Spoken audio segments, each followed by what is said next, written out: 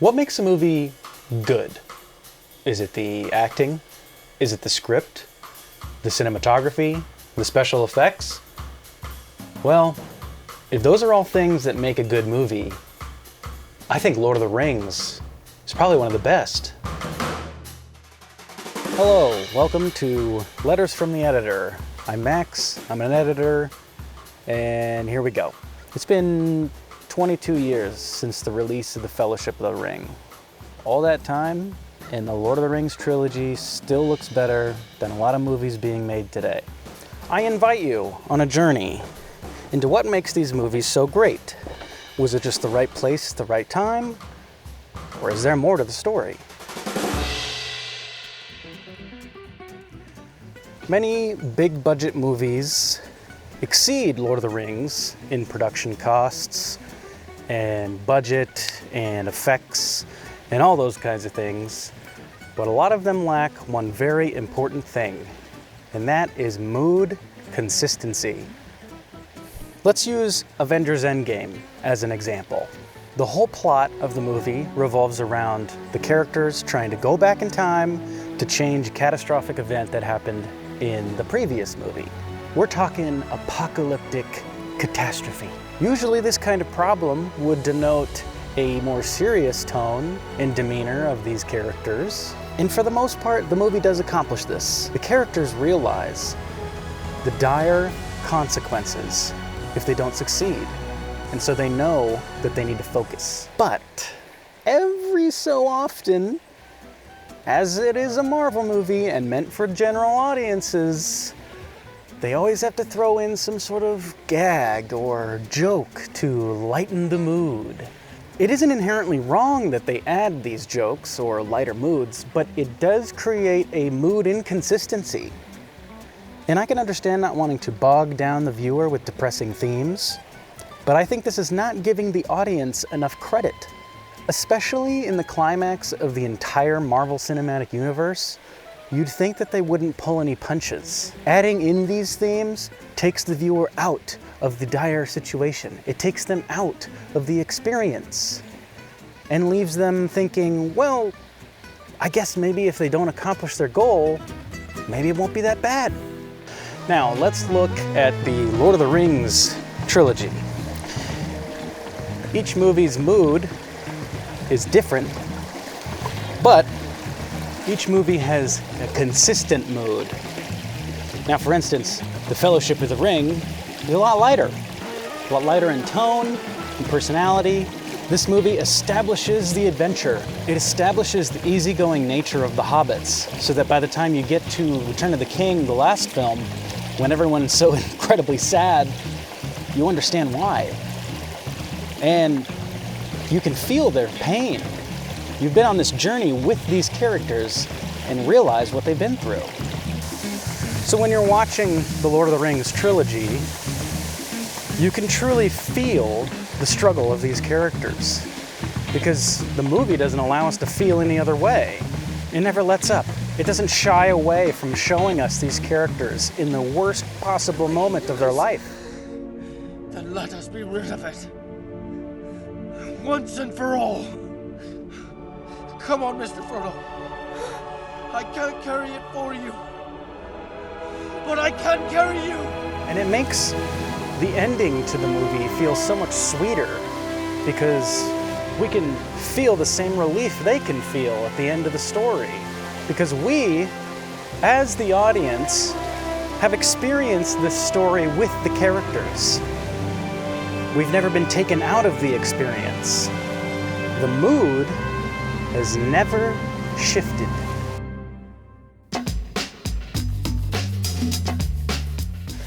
The first movie in the trilogy came out in 2001. And like most movies made at that time, they used the Aricam 435. Shooting, you guessed it, film. That's right, celluloid, the stuff that coffee-sipping Gen Zers love to rave about on the internet. But in the early 2000s, that was kind of the only option. You see, ARRI didn't come out with their digital camera till 2010. So, film it was. The entire, unedited capture of the Lord of the Rings trilogy comes out to about 5 million feet of film. and that equates to 1,100 hours of footage. Now that is the ultimate director's cut.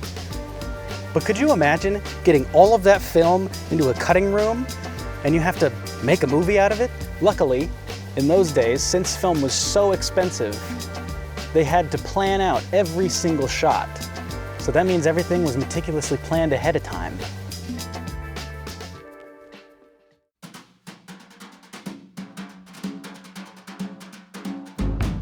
All right, so this is often discussed, but how much CGI is too much CGI? You see, a lot of movies nowadays are made with some form of computer-generated imagery. Now, I'm specifically talking about CGI, not special effects. Special effects is kind of like a blanket term for anything that affects the image after it's already been captured. Almost every movie uses some form of compositing, using layers and effects to adjust the image afterwards. But I'm talking about fully computer-generated characters, scenes, plants, trees. Who knows? Maybe I'm computer-generated, I don't know. Now, practical effects are like the golden apple that every aspiring filmmaker tries to achieve when making a movie. But why? Why spend all the time and effort to create practical effects if they can be done in a computer program? Because humans are pretty gosh darn smart, and they can really tell when something doesn't look real. This gets into the whole uncanny valley conversation, but basically everyone just accepts that movies have... Nowadays, directors like Christopher Nolan are praised for their practical effects and the commitment to practical effects. If Christopher Nolan can't achieve an effect in camera, he either changes it, does something else, or doesn't do it at all. Because an audience, while watching his movies, can look at the screen and say, that's actually happening. They're actually doing it.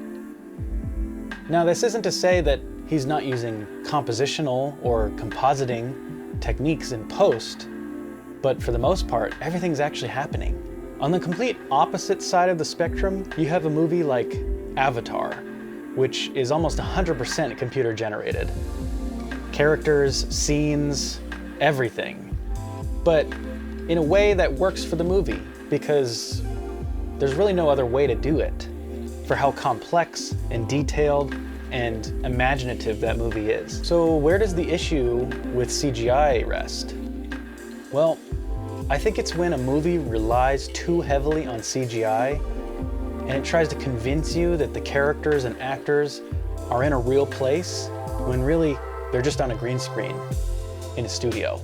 In the case of the Lord of the Rings trilogy, the production team had to use the tools that they had access to at the time, which wasn't really a lot. And yet, with those tools, they have made some of the best looking CGI that still stands up to scrutiny today. One of the reasons that the trilogy was so successful was because they had CGI and real practical effects married together. They had actors in real orc costumes. They had actors in real soldiers' costumes wearing real armor and mail that the production team had to make. They had miniatures that were so incredibly detailed, and they looked like real large castles and buildings. These were all the things that made the movies feel real, because they were real. The CGI was used to enhance what was already there. Also, I don't care what anyone says, but the beginning of Two Towers is probably one of the coolest intros to any movie ever made. It turns a very sad and depressing moment from the previous film into a triumphant victory in one of the coolest character arc transformations of all time, and including one of the most beautiful VFX shots in all the movies.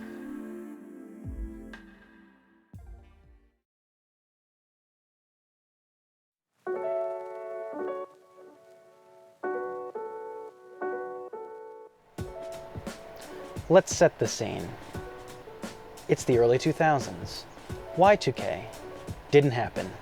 The USB flash drive was introduced to the public for the first time. Camera phones are a thing.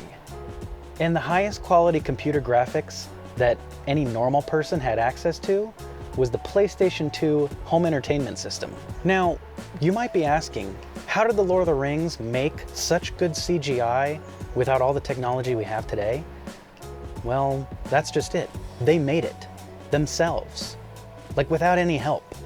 Peter Jackson said himself that they didn't have anyone to come help them in New Zealand with the CGI production. So they had to buy all the equipment and do everything themselves. You see, Weta Workshop was really small at the time, and they had only done kind of small practical effects. But for the movie, they had to make these huge bigatures of massive sets for the movie. And so they were really spread thin.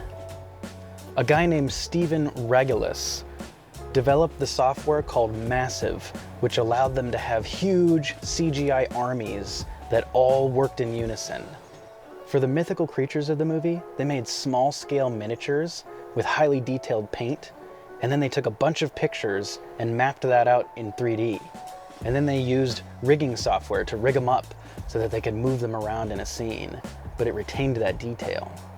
Nowadays, we can do these kinds of things with our phone, but back then, they were way ahead of their time. And at the time, these types of effects had only been utilized on movies like Jurassic Park. This all added up to a production that had to utilize what they had access to. And this forced them to be extremely creative in their process. They didn't have the support nor the budget for higher production value. So this means they had to rely on making as many real props and practicals as possible. And in the end, I think it made the movies way more successful.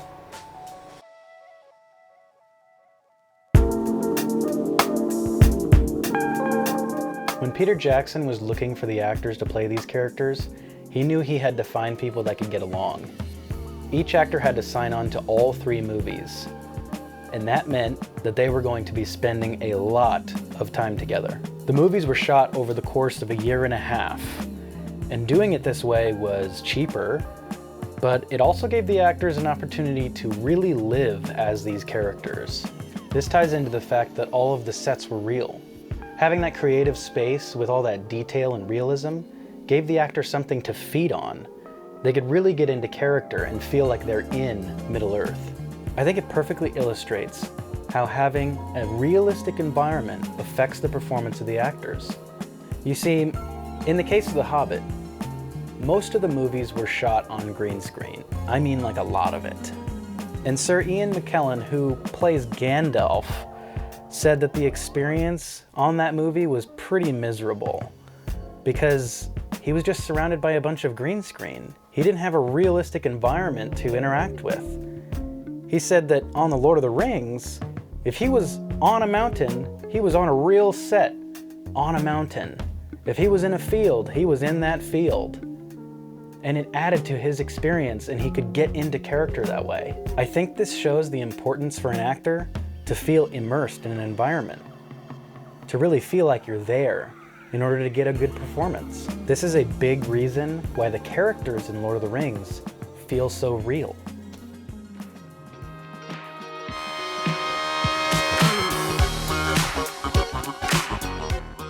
All right, let me dive into the Lord of the Rings before veering into the Rings of Power. The characters in Lord of the Rings make decisions that are sound and fitting for their situations, all while driving a consistent plot forward. There's a clear-cut good versus evil scenario, and despite knowing who's on which side, the intrigue doesn't wane. This is largely due to compelling characters, extensive world building, and a build-up to an epic conclusion. Lord of the Rings carries a magic that seems to be somewhat lost in modern filmmaking. Nowadays, every character has to be a shade of gray, villains need elaborate backstories to be understood. I don't want a backstory for Sauron. His power and pursuit of power says it all. And if I want more information, I'll just read the Silmarillion.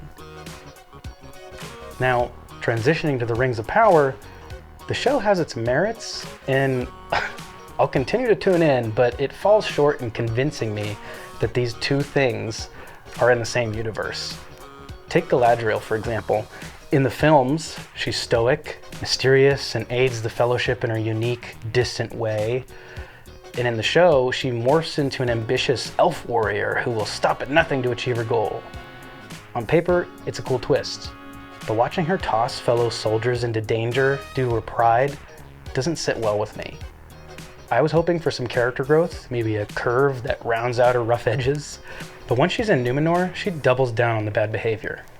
She's central to the series, but I ended up disliking her character. Her actions just don't add up for an intelligent elf. There's no attempt at diplomacy or working together towards common goals. The only ally she makes turns out to be the villain. And I wouldn't say the writing is lazy, but there had to be a better way to depict her, right? And here, I might eat my words if future episodes unveil a grand arc for Galadriel, but for now, the show's narrative lacks the magic and realism that made the original films captivating. And the production team seems to have done a good job with the sets, but there's an unmistakable staged feel to everything, and the world doesn't feel lived in. It's more of actors playing roles than realistic characters inviting us in to their world.